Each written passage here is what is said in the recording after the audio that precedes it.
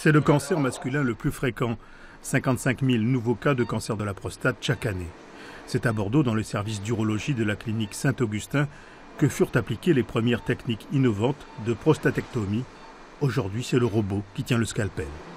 Le chirurgien a la possibilité de voir les images du patient en 3 dimensions et d'utiliser des instruments qui ont une mobilité plus grande que la main humaine. Mais il faut savoir que c'est quand même une technique qui maintenant a pratiquement une vingtaine d'années, et les premiers systèmes ont été installés en France au début des années 2000.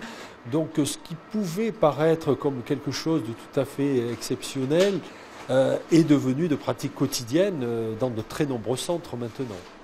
750 à 800 interventions sont pratiquées chaque année dans cette clinique. Les chirurgiens venus du monde entier viennent s'y perfectionner.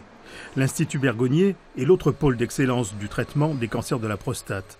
Grâce à la tomographie, l'imagerie permet de traiter au plus près les tumeurs. On sculpte la dose en fait autour de la zone qu'on veut traiter, en évitant donc les structures à risque que sont la vessie et le rectum.